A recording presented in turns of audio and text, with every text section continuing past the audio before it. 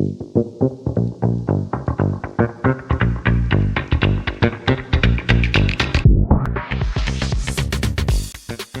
everyone. So I recently spent 2 weeks on a neurology rotation in my medical college, and this video is all about sharing my experiences. In this video, I will share my daily routine during this observership, some unique details about my exposure in neurology, and key takeaways that I learned during the last few days of my observership program. So my observership experience was a combination of outpatient, inpatient, ICU, and emergency department exposure. The OPD in our hospital is usually very busy, and we would get to see about 70 to 80 patients every day. Since our hospital is a tertiary care center, we had the unique opportunity of seeing a large patient caseload from in and around the district. It was here that we saw a combination of rare cases and cases with complicated history, unique presentations, apart from the regular cases that present to a neurology OPD. In fact, I saw a case of Moore disease, Harada syndrome, and Sturge-Weber syndrome all in the same day. It was a great learning experience. My job as an observer was to take preliminary history and conduct a physical examination. It was here that I learned how to take a detailed neurological examination. Initially, I took a really long time, but I gradually picked pace towards the end of my posting. I feel that eliciting key physical findings is the essence of neurology. What I like about neurology is the objectivity of the diagnosis. It can be very easy to clinch a diagnosis once you have a strong history and the right skills and techniques to be able to elicit key physical findings.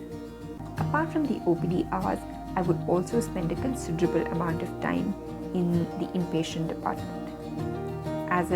As a hospital, we'd have about 15 to 20 case admissions on an average, and I ensured to take a detailed history and examination of all of these patients. I had learned the local language while I was in medical school, and I was able to strike a good rapport with most of these patients. Our hospital often had a very high case burden of Guillain-Barré syndrome, often attributed to seasonal variations by most doctors. This year, we had an unusually high caseload of GB syndrome that was about more than 10 plus admissions over the 15 days of my observership. Now, I had been working on a retrospective study during my internship years based on the impact of COVID-19 and Guillain-Barré syndrome. And during my observership, I was able to correlate the signs and symptoms of these patients. I managed to dive deeper into the subject and enhance my knowledge in this field. I was able to correlate several of the findings of my study with the signs presenting in these patients, and often found some explanation to the atypical signs that I couldn't explain while I was conducting my study. During my observership, I also had a great exposure to the neuromedicine ICU and emergency department cases. I spent a few days doing a 24-hour shift just to learn the workup of various cases from scratch. It was here that I learned about various strokes and stroke syndromes and how to manage them in the emergency department. This also included various ischemic strokes and hemorrhagic strokes.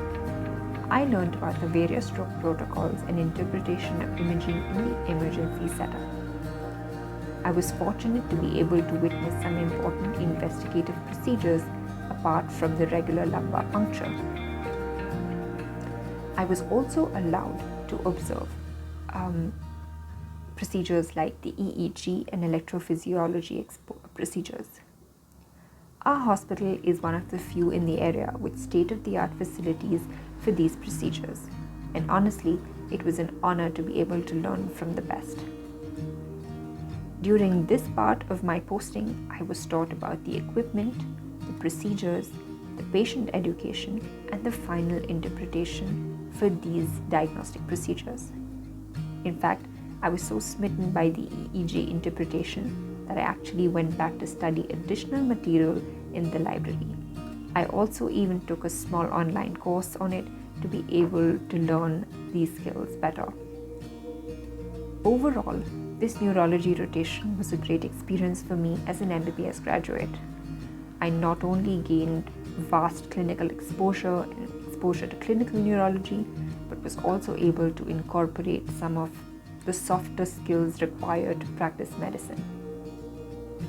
The prognosis of various neurological conditions could be very variable, and it's important to be cognizant of the amount of counseling and the kind of counseling that we need to give our patients in order to educate them about their diagnosis.